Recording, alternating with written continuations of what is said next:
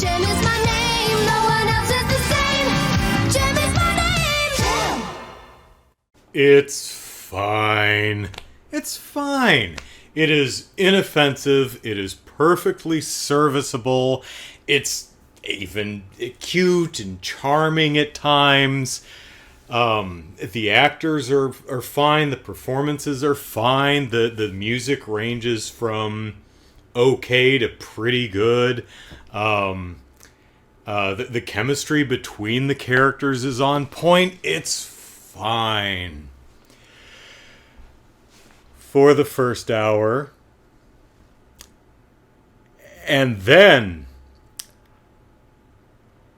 Oh,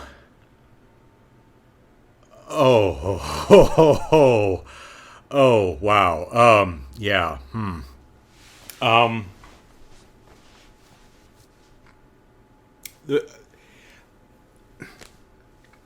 think it's been like 3 years since I watched through the cartoon series and did my little video diaries.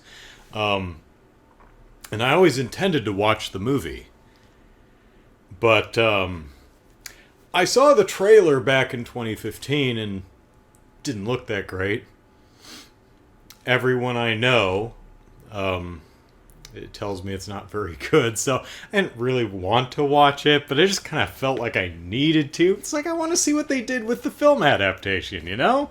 And I've been just putting it off for several years. I think it's, as of this recording, it's been like 8 or 9 months since I did a video in preparation for this review. I did a video linked below and in a card somewhere, talking about the 5 or 6 indelible aspects of Jem and the Holograms, a cartoon show that need to be retained in the filmic adaptation so that it still feels like Jem and the Holograms. Right? I did that it's currently summer, I did that last fall, intending to subsequently do this review. And I didn't. Because I don't want to go out being disappointed, man! You know, I watched the 65 episodes of the cartoon and had a grand old time and met some of you fine folks online at least and went to 2 of the Gem Cons virtually, had a blast. Who wants to cap it off with a disappointing movie? Well, here we are, movie. It's a bad movie. We'll talk about whether it's a Jem and the Holograms movie or not shortly. But yeah, the movie starts out pretty rote as far as these things go. I might even describe parts of it as cloying. But yeah, for the first hour, I was like, "Oh, this is fine. It's fine." It doesn't entirely work. Like, the whole synergy scavenger hunt thing feels crowbarred in. I mean, in and of itself, it's kind of a cute little adventure. It feels like a little adventure that Jem and the Holograms might go on themselves, right? It doesn't have much to do with the actual film, though, or the story being told. I mean, it's not completely divorced from it, but it doesn't really facilitate... The B story really isn't doing anything to inform or facilitate the A story. In fact, this synergy... Basically, Emmett Benton dies and leaves Jerrica, because, you know, screw Kimber. The synergy in this version is a little robot. And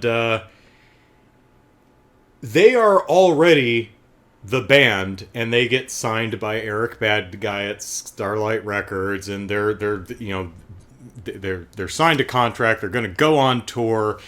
They've already pretty much made it when she discovers the clues that lead to the missing pieces of synergy, so she could put it together and play the holographic bye-bye message from her dad. Which Kimber never sees, because again, Screw Kimber, I guess. Jericho was always the favorite.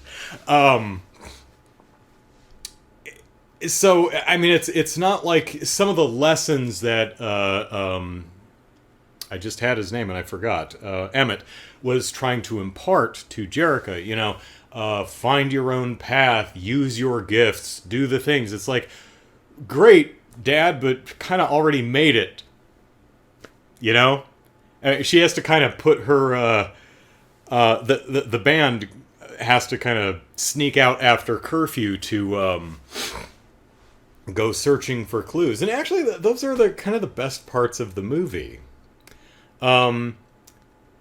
There's a bit where they go to a closed boardwalk seaside carnival, and they find a piece of synergy. And oh no, the police have come! We need to run from the police. And they jump off the pier and swim to shore, and then they sit on the beach, and then they sing together. And even Rio joins in, and it's adorable. It works fine. It's fine, totally okay. Then we get to about an hour in the movie, and the movie gets really dumb. The movie always has difficulty throughout. Is not great at communicating where we are on the ticking clock of the narrative. Essentially, it's like, oh no, we're out of money and we're gonna lose our house at the end of the month. Oh, cool! Our song went viral. Erica Bad Guy picked us up, and we're going to play shows and get the money to save our house. Where we are along that timeline is rarely clear.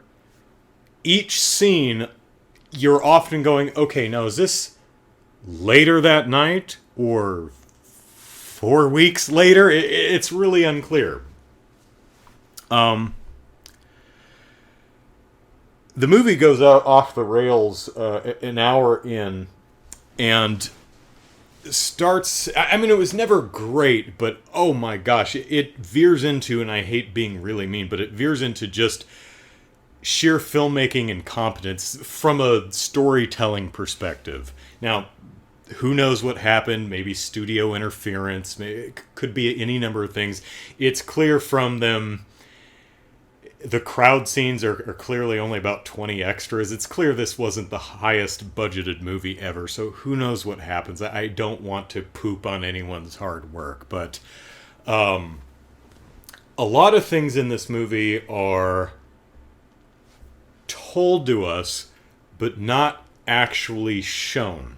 For example, Jerica confides into Rio that the fact that she's JEM and everyone wants to see her as JEM, but they don't care about her, and she's having trouble with that secret identity kind of thing.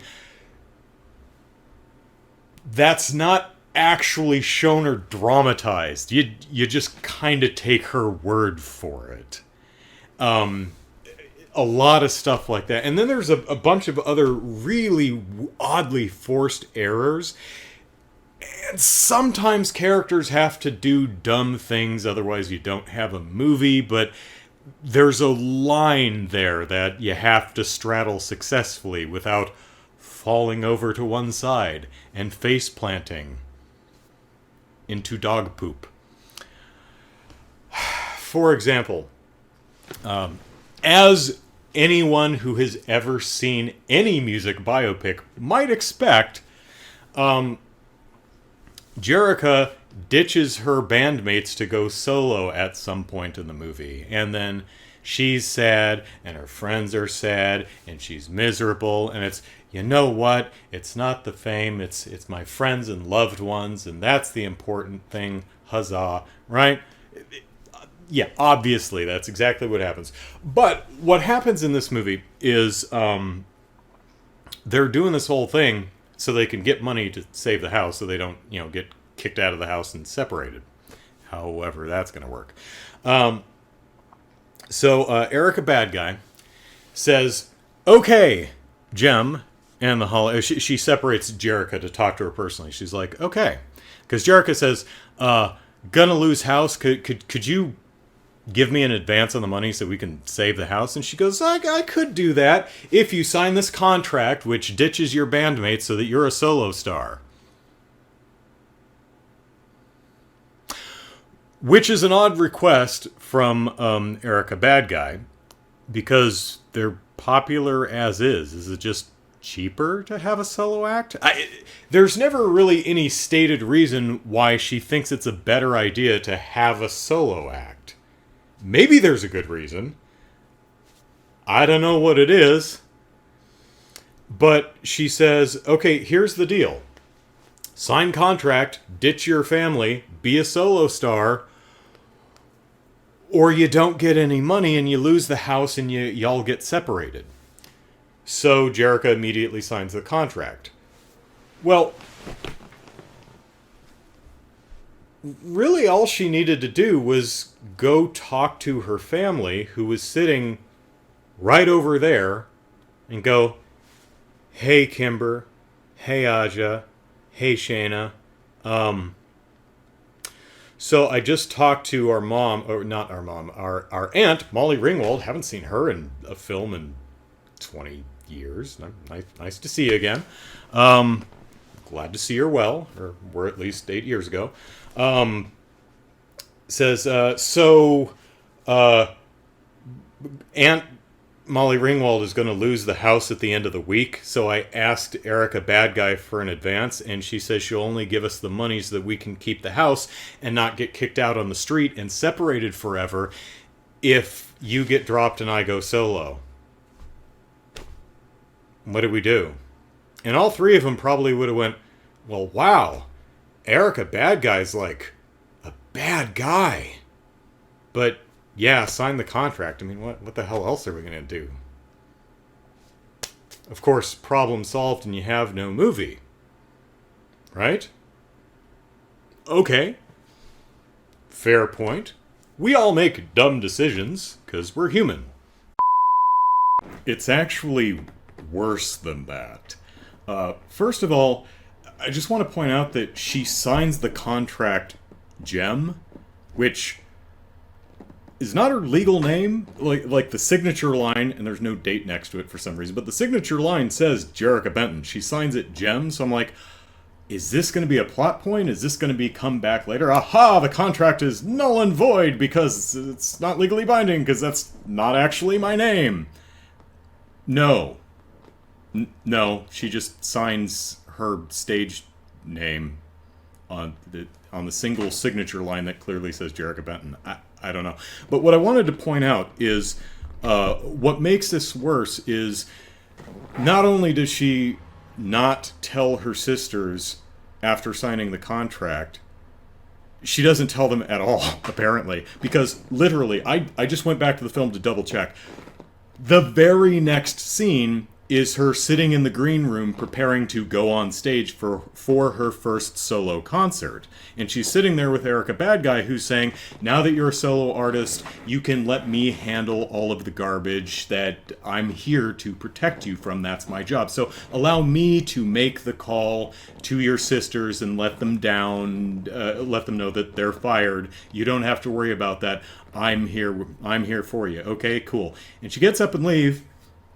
Jerrica turns around, and her sisters are standing there, full costume, full makeup, in the green room with her. And she's like, oh, we were just talking about you. And they're literally, yeah, we heard. Because apparently they've been standing in the green room with her, full outfits, full makeup, the entire time.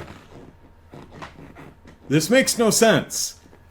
You didn't tell her, and first of all, again, no idea was this later that night after she signed the contract? Is it weeks later? That's kind of important, but I have no idea. But apparently they were just standing there in the green room, ready to go on stage, listening to Erica and Jerrica talk about the fact that they were fired as soon as she signed the contract, and this is how they found out about it. What? And as we rejoin the original recording, I'll talk about the fact that they forgive her immediately, And I don't know if it's like later that night after the performance or 4 weeks later, but it is literally the next scene. It's the dressing room where they have the falling out. She goes on stage and performs her solo song, which has harmony parts. And then she wanders to her special place where the girls and Rio show up to make up. Back to the original recording. But this is resolved like later that night. It's really hard to tell. I'm really not sure if it's later that night or like 4 weeks later. Because so she does the solo concert and she's miserable and she goes out to a place that her dad and her sister used to hang out, and she sits there and she cries, and then Kimber walks up and she says, "Oh, that sucks, but I love you anyway." And then Shayna and Aja, who apparently were just standing there just 5 feet away the entire time and no one noticed, they're like, "And we're here too, and we love you, you big goof." And I'm like, is this the same? Has it been a couple of weeks, or is it the same night? I'm really not sure, but in movie time, it's resolved like 3 minutes later. And so they're, "Oh, I love you. Oh, I love you." And Rio's like, "And apparently I've been standing 5 feet away the entire time too, because I'm here and I love you too." Okay. Glad that's resolved.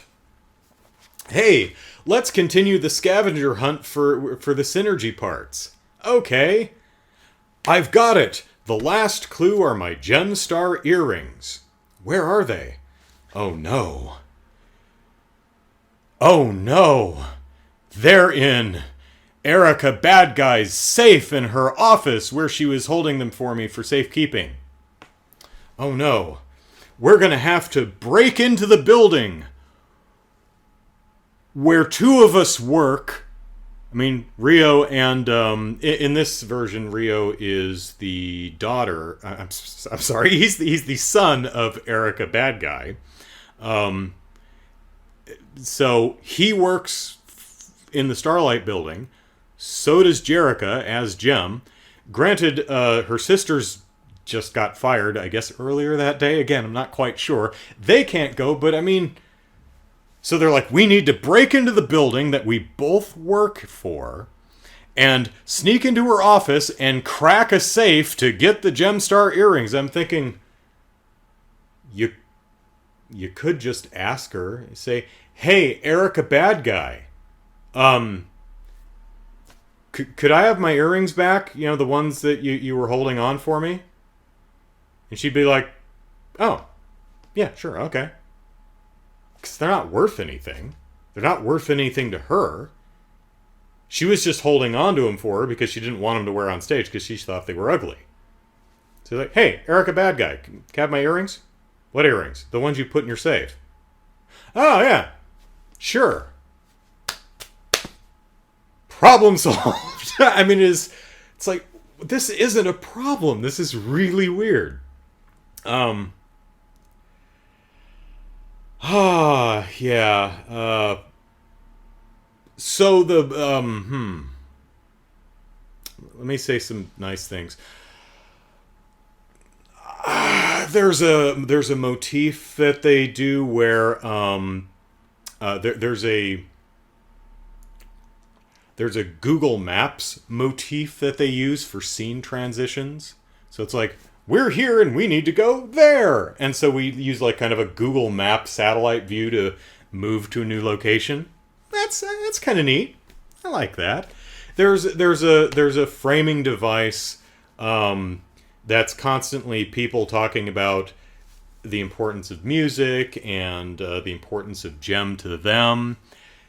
That doesn't really work, but points for trying. I get what they're going for, and I kind of like the idea behind it. There's a portion that makes me uncomfortable if they actually did what they appear to have done, and I'll address that in a moment.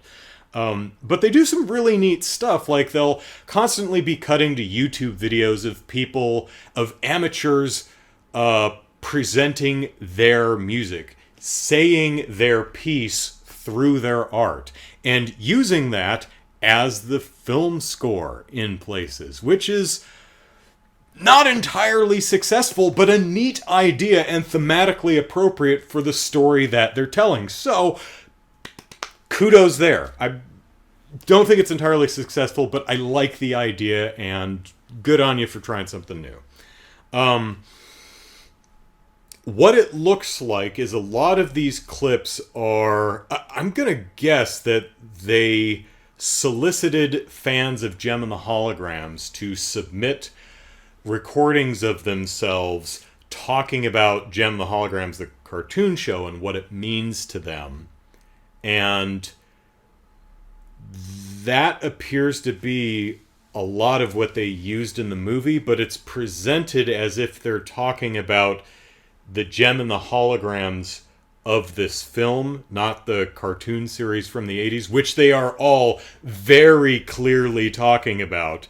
I mean, some of them are even wearing, you see Jem and the Holograms merchandise. They don't get the name The Holograms until the very end of the movie. So, hopefully that was clear when they solicit. If I'm right, if they actually solicited this stuff, they made that clear. They're like, talk about what Jem means to you, and we might use it in the film as if you're talking about the new Jem. I hope that was clear, because that might feel a bit icky otherwise. Also, it just doesn't... It kind of... I have a feeling they didn't, because they're so clearly talking about the cartoon and not the live-action characters, that it feels misappropriative, right? Yeah, so I don't know. That's just the feeling I got throughout the movie. So, yeah, that's a darn shame. First hour I was like, okay, it's not good, but it's fine. And then the last hour I was like, oh golly, this is not good. The pacing is horrible. The plotting is horrible. The scene transitions make no sense. A lot of the character motivations just don't work.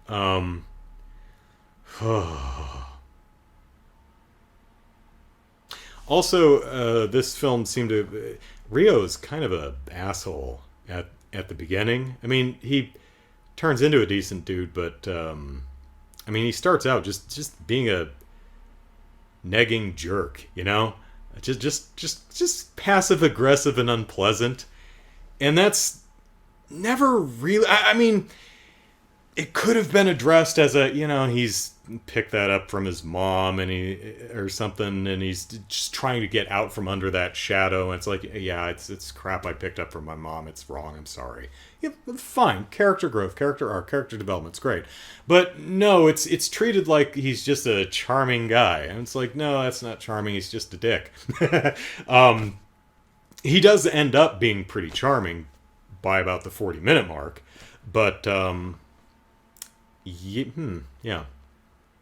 So, okay, not a good film. Kind of crashes and burns, sadly. So, but is it a Jem and the Holograms movie? So, in my video, I laid out 6 things I think a Jem and the Holograms film needs to keep from the cartoon series in order to actually feel like a Jem and the Holograms movie, right? So, number 1. One thing, the first thing I feel a Jem and the Holograms movie needs to feel like Jem and the Holograms is... That's a drum roll. Jem and the Holograms. Undo typing. I didn't type anything. What are you talking about? I'm not even on an edit screen. What are you weird phone. Anyway, I feel like Jem and the Holograms needs Jem and the Holograms. The characters. And as I pointed out in the video I made, I don't need them to be the exact same people as they were in the cartoon. It takes place in a different era. It's a live-action adaptation of a cartoon. It's okay if the characters are a bit different within reason, but I mean, for instance, Erica bad guy is a different kind of bad guy from Eric bad guy. They're both bad guys, just in different ways. Undo what typing? What are you talking about? I'm not typing anything, you weird phone. Maybe I should just set it down and glance at it. If phone's over here, that's what I'm looking at. So it's fine. Jem and the holograms, her sisters, Kimber, Aja, and Shayna, are in the movie. Cool. And so is Erica Bad Guy and Rio. Great. The characters are there. They serve their functions. They're a little bit different. As I said, Erica Bad Guy's a bit different kind of a bad guy. Rio's now her son, has a different job, meets Jerica 25 minutes into the film rather than they're already dating when we start the story. Totally fine. What did I say about that? Let's see. Oh, and it needs to do the Jerica Jem dual identity thing. Yeah, we'll talk about that a little bit more, but that is there. So, yeah, the movie has cleared that very low bar. Good golf clap. Interpersonal drama. Not just interpersonal drama. Pretty much any story is going to have some drama between characters, but like soap opera levels of the stuff, right? Does the movie have soap opera levels of interpersonal drama? Not really. I mean, the band breaks up and then gets back together in like 3 minutes. That's about it.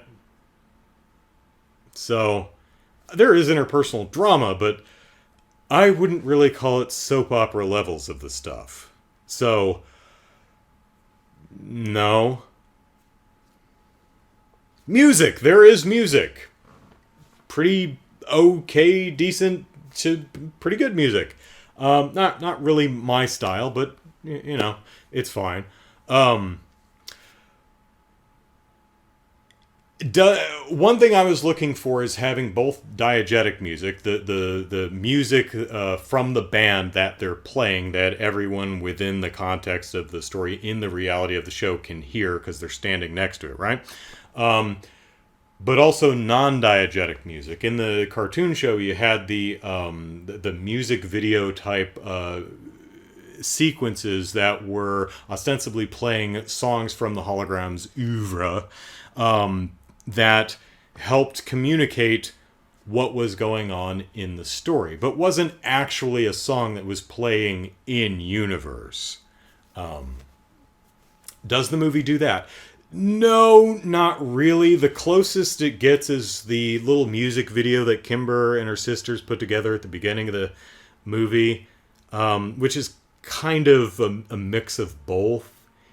It at least approaches that idea of the non-diegetic music video furthering the plot with the music of the band kind of conceit, but it doesn't really do that. It kind of toes in the water, quarter point maybe. Let's see. Death-defying adventure! Rarely would you get through an episode of the cartoon without the holograms nearly dying. Car chases, explosions, falling from great heights, being run over, bear attacks, avalanches, ski lift malfunction. That's all from the same episode, those last three. Yeah, it's usually because of the Misfits, but yeah. Boat crashes, being stranded on a desert island. So, yeah, bad guys with guns, poisonous snakes, death-defying adventure. It's a action-adventure show, in part. So, how does the movie rank on that scale? It doesn't. No one almost dies. I mean, they almost get caught trespassing twice.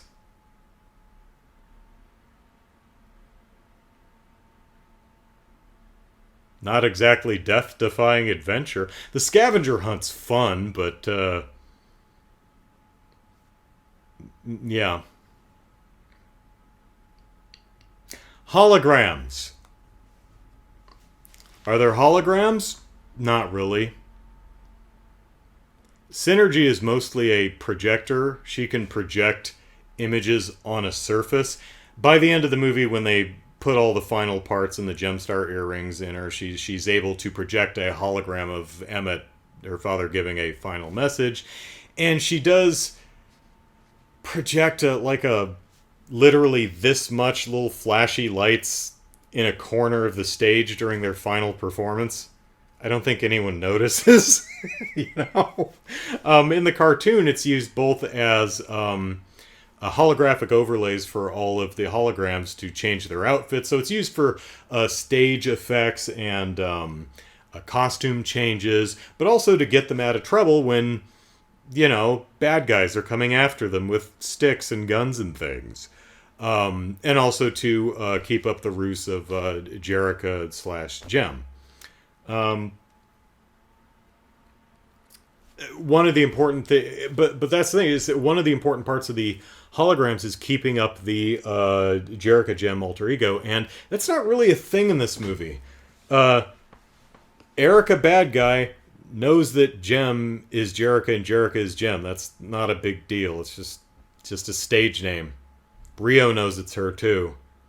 So that's why the scene I was talking about earlier, when she's talking about the difference between her persona as JEM and the reality of Jerrica, really rings false. Because it's really nothing more than a stage name. There's and what happens if anyone finds out that she's Jerrica Benton? Nothing. I mean, they'll probably come to your home and invade your privacy. I mean, if you want to use that as your stakes, you can, but they don't. So yeah, doesn't really do anything with holograms either. They just Christy Marx has a cameo in this as Lindsay Pierce at the very end of the movie, who's the editor of Rolling Stone, I guess. And she says, "Hey, Rio," who now runs the company, and because they kicked Erica bad guy to the curb. It's like, what's the band's name? He's like, how about And the Holograms? She's like, sounds good. And it's the very end of the... So, yeah, holograms? No. And fashion! Is there fashion? Yes. Is it outrageous? Yeah. So, good job. So, what is that? 2.5 out of 6. So, yeah. To all the JEM fans who refer to this as Gino, JEM in name only, kind of right there with you. Not only is it not a very good movie, it's not really a JEM movie either. So, that's a bummer.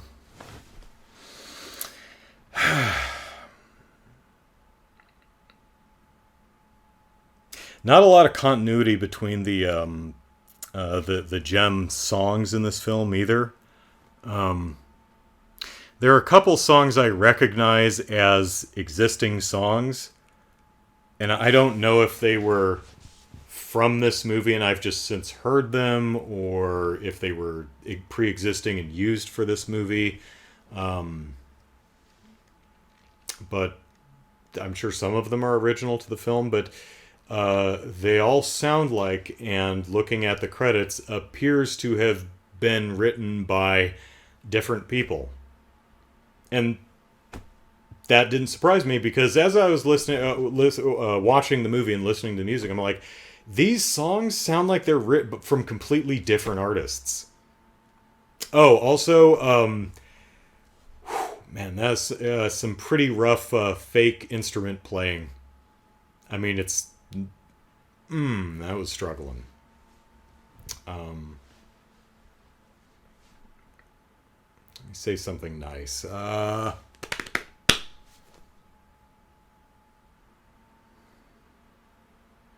were a couple other fun cameos. Samantha Newark and Britta Phillips, I think her name is. Both had cameos at different parts of the films, and nice to see them. So I will say that the four leads have pretty great chemistry. They feel like sisters. They work well together. So, good on you. Last interruption, I promise video's long enough. But I did want to add 2 more things I liked about the movie. Number 1, Brad the valet was funny. I liked him. So, yay Brad. Also, here's something that I feel the movie does better than the television show. It does a better job at capitalizing on the fact that the Holograms is composed of more than one singer, and more often has more and more complex harmony parts in its songs. So, I love me my harmonies, so that's one thing that the movie has over the show. Good job, movie. Alright, back to the original recording, and let's end this on a high note? So, well, yeah. Finally watched the movie. Wasn't very good. I really like the show, though, and I had a bunch of fun video diarying my experience working my way through the 65 episodes of the original series. Had a lot of fun doing that. Really genuinely enjoyed the show. And it bums me right the heck out to end this series on such a dour note. I hate to close this out with such a disappointment, but I don't know, what else can you do?